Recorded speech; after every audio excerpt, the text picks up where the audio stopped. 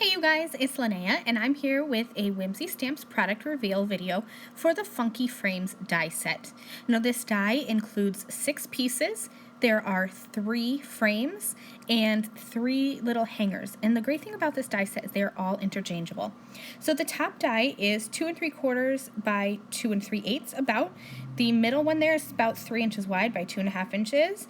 And then that bottom one is just about 2 3/4 by 2.5 inches tall. I love that you can use all of these dies interchangeably. I think that's a really fun aspect.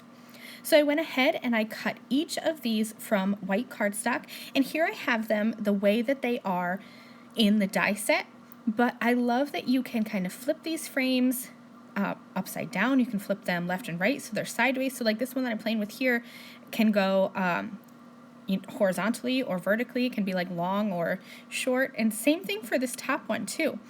And then I also love that you can change all of those little picture hangers. So you really have endless amounts of funky frames that you can create. I made a wintry card using the Funky Frames die set, where I just took one of those frames and framed up a little bunny. And this is actually from the Hugs Bunny stamp set, and I love how there's those little indents in the side there to really make it look like a picture frame.